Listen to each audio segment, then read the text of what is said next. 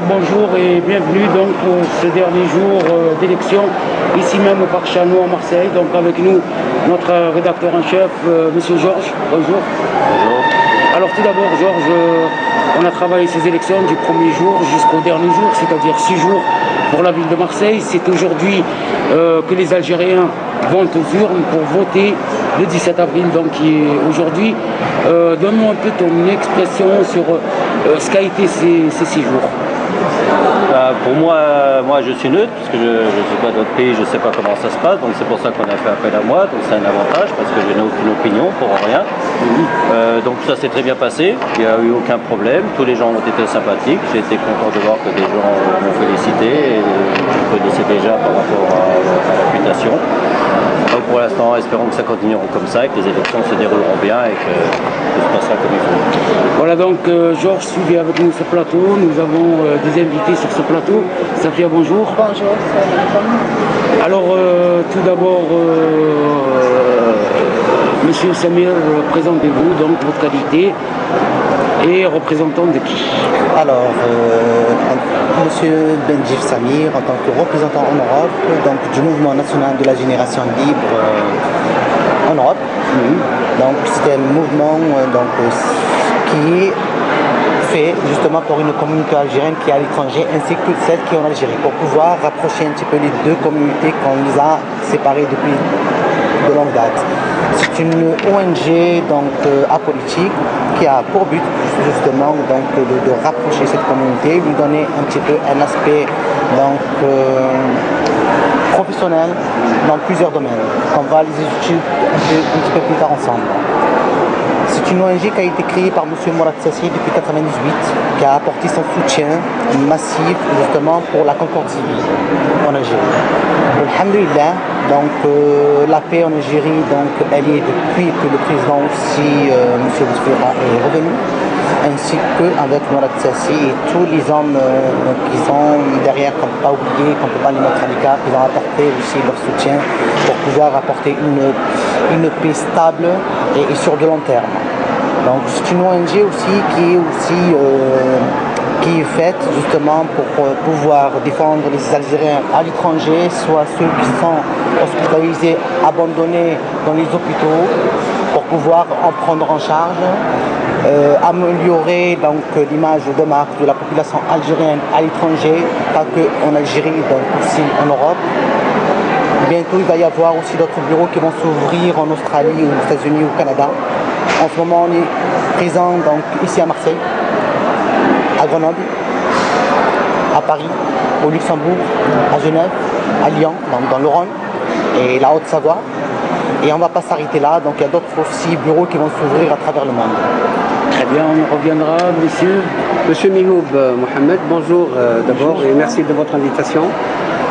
Monsieur Mihoub Mohamed, je suis responsable d'une association à Marseille, une association socioculturelle, dans le tissu associatif marseillais. Et puis je suis aussi membre et intégré aussi le mouvement Génération Libre.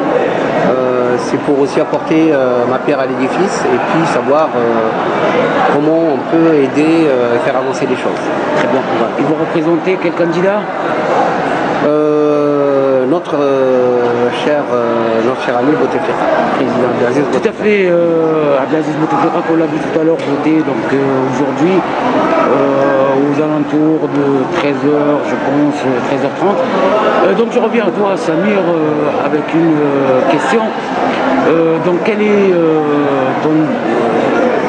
quel est ton avis sur ces élections présidentielles 2014 et ce 4e mandat de M. Abdelaziz Bouteflika? Le 4e mandat, justement, il est très, très important pour pouvoir parler de la continuité, apporter plus de stabilité. On n'est pas encore prêt pour pouvoir changer personnellement, on a aussi de l'ONG, de changer de président. On est en train de passer une étape très difficile, la plus grave que les 50 dernières années. Les problèmes qu'il y a aux alentours des frontières, elles sont énormes. Il y a, si je puisse dire, le feu sur toutes les frontières. On n'est pas encore prêt pour pouvoir parler d'une nouvelle équipe ou d'un nouveau gouvernement ou d'un nouveau président. Pourquoi? Parce qu'on ne sait pas quelles sont les négociations qui ont été apportées. Quelle est la stratégie qui a été mise en place pour pouvoir justement apporter cette paix. Parce que le printemps arabe a fait ravage dans les pays arabes. Et heureusement, alhamdoulilah, grâce à monsieur le président, donc monsieur Abdelaziz Bouteflika, que l'Algérie n'a pas encore été touchée. Donc c'est par principe-là que beaucoup d'Algériens, énormément d'Algériens à travers le monde, qui soutiennent encore et pour toujours monsieur le président. Donc c'est très, très, très important. On ne peut pas revenir en arrière, on peut pas, les autres candidats ne peuvent pas savoir quelles ont été les modalités qu'elles ont été donc, mises en place, quelle est l'histoire du passif. Donc il faut comprendre aussi le passif pour pouvoir avancer. C'est très important, donc sans oublier le développement qu'il y a eu en Algérie, repositionner donc l'Algérie pas positionner, repositionner l'Algérie sur la scène politique internationale. Le développement qu'il y a eu, on en parlera un petit peu plus tard si vous voulez, donc il y a eu... Et bonjour, donc quel est votre programme pour les citoyens algériens qui se trouvent en Europe? Le programme justement que M. le Président a mis en place, c'est un programme qui a été étudié sur le terrain, qui n'a pas été inventé. Donc il y a eu énormément de sensibilisation, énormément de discussions à travers les associations, à travers les hôpitaux, à travers les centres culturels, à travers les foyers d'accueil, donc soit pour les jeunes travailleurs ou pour les troisième âge. Donc dans le programme, on voit exactement que les sujets précis qui touchent la population algérienne à l'étranger, ils ont été étudiés. Et étudiés bien comme il faut. Par exemple, dans le domaine du transport. Monsieur le Président donc a projeté pour pouvoir créer une compagnie aérienne low cost. Pour pouvoir justement que la population algérienne puisse revenir en Algérie donc plus souvent qu'autrefois, car la crise en Europe a touché énormément de monde et toutes les communautés sont concernées et surtout la communauté algérienne. Et justement ce projet pour pouvoir créer cette compagnie low cost est très important et futuriste en même temps pour la communauté algérienne et à l'étranger bien sûr. Et qu'est-ce que vous proposez en fait pour une Algérie meilleure? Une Algérie meilleure, je pense qu'on ne peut pas pour l'instant et pour le moment proposer mieux que ce programme. On ne peut pas faire mieux.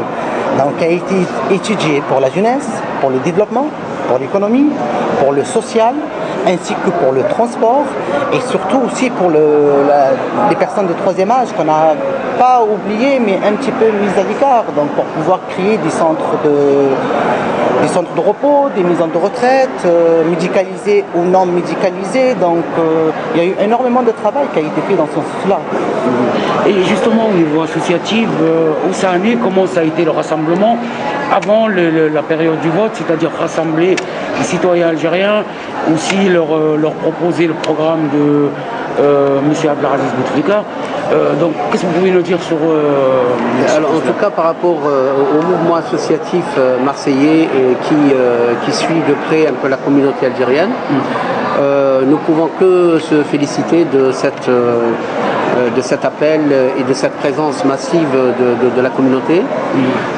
Aujourd'hui, je suis venu aussi avec Samir pour appeler aussi la communauté à voter notre candidat, en l'occurrence M. Abdelaziz Bouteflika. Nous trouvons chez lui donc c'est pas le principe de voter, mais nous voulons aussi voter Abdelaziz Bouteflika, c'est parce que c'est l'homme aujourd'hui qui incarne beaucoup de bonnes choses, qui a fait beaucoup de choses en Algérie. Nous sommes aussi venus dire qu'il faut voter l'homme qui incarne aussi la paix, qui a beaucoup fait et qui est en train de faire pour l'avenir de l'Algérie, sur l'étude et puis la promotion de la jeunesse. Et comme il disait mon collègue Samir aussi,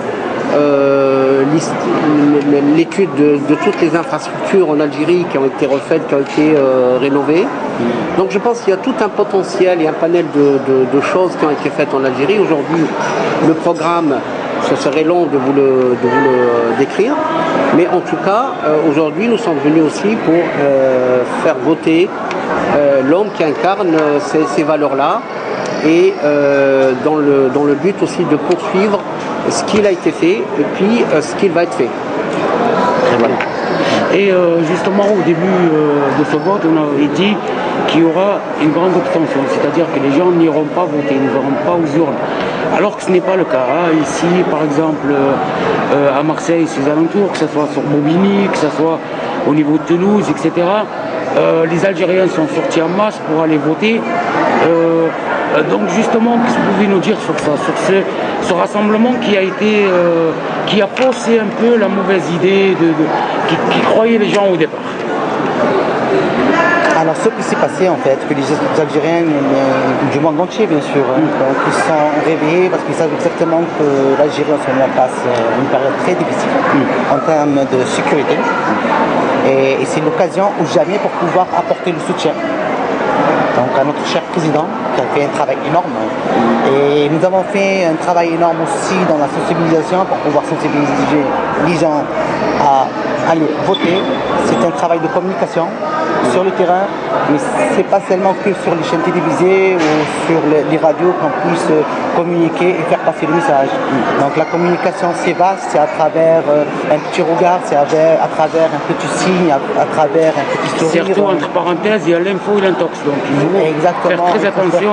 Très attention donc, de ce qui a été dit. Oui. Donc il y a l'opposition, donc c'est une élection libre, donc c'est tout à fait normal qu'ils essayent un petit peu de faire un petit peu faux pas. C'est de bonne guerre, mais il faudra que ça soit un petit peu aussi dans un temps plus apaisé, parce qu'il y a eu énormément de choses dites et catastrophiques et dangereuses, que ce soit équitable. Justement, je voudrais poser une question sur ce sujet-là. Il y a 6 candidats. Il y a 6 candidats, exact. Alors pourquoi il n'y a que 3 affiches sur les panneaux? 3 candidats seulement sur les panneaux. Je pense que c'est une question qu'il faudrait J'ai vu 3 panneaux vides, moi. Alors qui sont les 3 autres? J'en connais 3, les 3 autres, je ne sais pas qui c'est, on ne les voit pas. Je pense que la meilleure solution pour pouvoir obtenir une réponse, c'est de leur poser directement la question, car on voit qu'il y a des candidats qui sont présents et il y a des candidats absents. Voilà. Le problème, c'est qu'il n'y a pas les représentants. Voilà. Il n'y a pas de représentants, il n'y a pas de crédibilité, si je puis dire. Disons que le plus gros problème, ceux qui savent pour qui voter, les affiches n'ont aucune importance. Mais bon, je ne sais pas comment ça se passe chez vous, mais chez nous, il y a toujours une catégorie de la population qui ne sait pas pour qui voter et qui se décide à la fin. Ils viennent. Mais ils ont le choix que sur 3 là. Et ils ont le choix, ils veulent voter mais qu'ils ne savent pas pour qui, on leur montre 3 personnes, il en manque 3. Ça peut fausser quand même la logique. Justement, par rapport à ces élections, il y a eu la communication à travers les chaînes étatiques et privées, donc qu'ils ont été équitables, donc il y a un temps ici pour tous les candidats. Malheureusement, peut-être que les autres candidats n'ont pas d'autres représentants, n'ont pas d'autres délégués à l'étranger pour pouvoir communiquer. On ne peut pas faire une élection sans communiquer. On est à Marseille, l'Algérie concerne aussi les Algériens du monde. Ah oui, Marseille, l'Algérie ne concerne pas que Marseille, ça concerne toute la population algérienne. Oui, mais en France, c'est quand même vraiment la ville importante. Je veux dire que... Bien sûr, la plus grande communauté algérienne qui est présente ici en France, c'est tout à fait normal. Mais c'est un travail de communication. Ce que je pense, c'est qu'on va en entendre parler après les élections que 3 candidats ont été... Ils ont été mis à l'oubliette, par exemple. Non, ils n'ont pas fait leur travail. D'après ce que j'ai entendu. Oui, bien sûr, c'est une question de moyens, mais je vous dis qu'on risque d'entendre ça, que ceux des 3 qui étaient là ont empêché les 3 autres de se montrer. Concernant une question de moyens, par exemple l'ONG qui est présente à travers l'Europe, donc le Mouvement National de la Génération Libre, nous n'avons pas un budget, on a fait de nous-mêmes, donc on a donné de notre temps, on a consacré du temps pour justement cette communauté algérienne. Donc c'est pas une question de finance seulement, donc c'est une question aussi d'envie, de vouloir, de l'amour de la patrie, de foi. Et de militantisme. Pour revenir aux affiches que vous disiez, je pense que la communauté algérienne à Marseille ou en France ne va pas s'appuyer uniquement sur les 3 panneaux qui sont par-ci par-là, qui manquent, mais il y a eu beaucoup de travail qui a été fait en amont dans tous les médias. Aujourd'hui, les Algériens, ils sont bien au courant, ils sont bien imprégnés de cette sensibilisation, ce travail de sensibilisation qui a été fait en amont et en aval de toutes dérives qui ont été organisées par tel ou tel mouvement, par exemple. Et on ne peut pas aussi se présenter, pardonnez-moi M. Miho d'avoir coupé la parole, on ne peut pas aussi non plus se présenter si on n'a pas aussi de représentants ou de militants ou au moins quelques personnes qui Oui, puissent donc le fait qu'il n'ait pas été là, ça vient de ces deux, on ne les a pas empêchés. On ne les a pas empêchés, c'est une élection libre.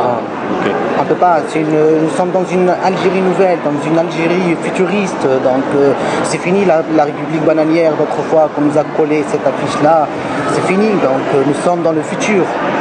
Le passé est derrière nous, donc justement, d'où le programme de Monsieur le Président donc, est fait parce que c'est un homme d'exception et c'est un visionnaire. Donc là on parle donc du futur, donc de la population algérienne et de l'Algérie. Quelle est la question qu'on devrait vous poser, qu'on n'a pas fait, quoi, qu'on ne nous a pas posé? Donc, est-ce que vous pouvez nous donner la question peut-être du dialogue, la réponse. Du dialogue, la liberté d'expression. Par exemple, il faut justement des critiques, il faut être ouvert au dialogue. Il faut avoir d'autres visions, avoir une opposition, discuter donc, pour la paix, donc pas une discussion violente. Il faut avoir des critiques, mais des critiques constructives, qui veut dire apporter une critique avec une solution. Genre, un exemple, voilà, ce système-là ou cet exemple-là ne fonctionne pas. J'apporte une idée nouvelle pour qu'il puisse soit l'améliorer ou apporter autre chose qui serait plus adapté. Ne pas dire une critique libre comme ça sans savoir avoir une solution qui est derrière. Je trouve dommage que les gens, avec la propagande qu'il y a eu donc, à travers les autres candidats et à travers d'autres petits groupes, d'autres personnes opportunistes justement pour l'intérêt personnel ou au lieu de l'intérêt de la nation. Il faut être ouvert donc, à la discussion, être prudent aussi aux critiques qui ne sont pas constructives. Très bien, un dernier message pour nos téléspectateurs, pour votre représentant, M. Abdelaziz, en regardant les caméras. Je n'ose pas dire que l'Algérie n'a pas évolué.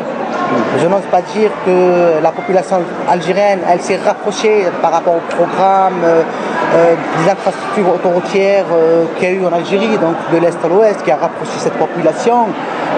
Je n'ose pas dire que les villageois d'autrefois, ils étaient obligés d'aller courir pour avoir de l'eau. Maintenant, les stations d'épuration d'eau, les stations de dessalement d'eau, elles sont dans toutes les villes et proches donc, des petites villes et des villageois.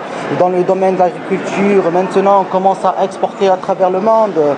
Dans le domaine du transport, donc l'Algérie, avec Air Algérie, elle est toujours au sommet, donc qu'on n'a pas mis aux oubliettes, avec une nouvelle donc, compagnie low cost qui va suivre aussi dans le programme du Monsieur le Président, aussi le transport maritime. Je n'ose pas dire non plus que la paix qui aujourd'hui, et après tout ce qui s'est passé pendant le printemps arabe et la décennie noire qu'il y a eu en Algérie, le peuple algérien n'en veut plus de ces histoires-là. Le peuple algérien, la jeunesse algérienne et la communauté algérienne a compris que le passé, c'est vrai qu'il a été dur, mais qui a apporté ses fruits. Donc pour pouvoir avancer de l'avant. Et on ne peut pas revenir en arrière. Et personne ne fera donc de nous un objet ou comment puis-je dire, des objets pour pouvoir manipuler. Donc on a compris, on connaît maintenant qu'est-ce qui se passe dans le monde. On est présent dans le monde. Donc c'est une Algérie futuriste, cher monsieur. Donc, et on en veut encore, toute la communauté algérienne donc, a ouvert les yeux à travers tout ce qui s'est passé, tout le programme qu'il y a eu dans le domaine du logement, dans le domaine de la création d'entreprises. Je vous donne quelques exemples. Un jeune créateur d'entreprise en Algérie, il est financé 10 fois plus qu'en France. Un jeune créateur d'entreprise en France, il est obligé de courir pendant 6 à 8 mois pour pouvoir obtenir, exactement, pour pouvoir obtenir 6 000 euros ou 8 000 euros. Là, on parle de 10 fois plus pour pouvoir justement les mettre en valeur, leur donner cette chance-là, les responsabiliser. Alors, un dernier mot plus aujourd'hui qu'à jamais. Justement, mon ami Samir a beaucoup dit. Quoi vous dire, moi aussi, pour finir, c'est que je pense que notre candidat Abdelaziz Bouteflika, depuis qu'il est arrivé au pouvoir en 99, bien avant, il a su donner ce déclic dans la population, en tout cas algérienne, en tout cas dans la société civile. Et aujourd'hui, s'il y a une opposition qui se présente, c'est grâce à lui. Aujourd'hui qui a su instaurer cette démocratie et cette liberté d'expression. Aujourd'hui, c'est une richesse pour les Algériens d'avoir, en l'occurrence aussi, cette opposition. Aujourd'hui, nous pouvons se réunir autour d'une même table et débattre les questions essentielles de l'Algérie. Mais il ne faut pas oublier que notre candidat Abdelaziz Bouteflika, il a fait beaucoup. Et si aujourd'hui, comme vous disiez, les citoyens ont voté pour un homme malade, ils ont voté pour un homme malade, ils ont voté surtout pour un programme, pour un homme qui incarne une sorte de continuation et qui a montré quand même qui peut apporter encore des fruits et qui sera très positif. Donc aujourd'hui, c'est l'appel que je lance à nos Algériens de voter Abdelaziz Bouteflika et tout se réglera, Inch'Allah, en Algérie. Toute l'équipe de la rédaction de Router Web Production vous remercie de votre présence dans ce plateau. Merci. Et puis à très très bientôt, c'est-à-dire juste ce soir pour voir le résultat ce soir, Inch'Allah. Merci de votre présence. Merci beaucoup. Et vous avez aussi donc les chaleureuses salutations donc, de Monsieur le Président, Monsieur Mourad Sassi, donc qui passe le bonjour. Et il passe le bonjour à toute la population algérienne présente en Europe et de partout dans le monde. Voilà, donc c'était l'équipe de la rédaction. On revient dans quelques instants avec un autre plateau. Merci de continuer à nous suivre.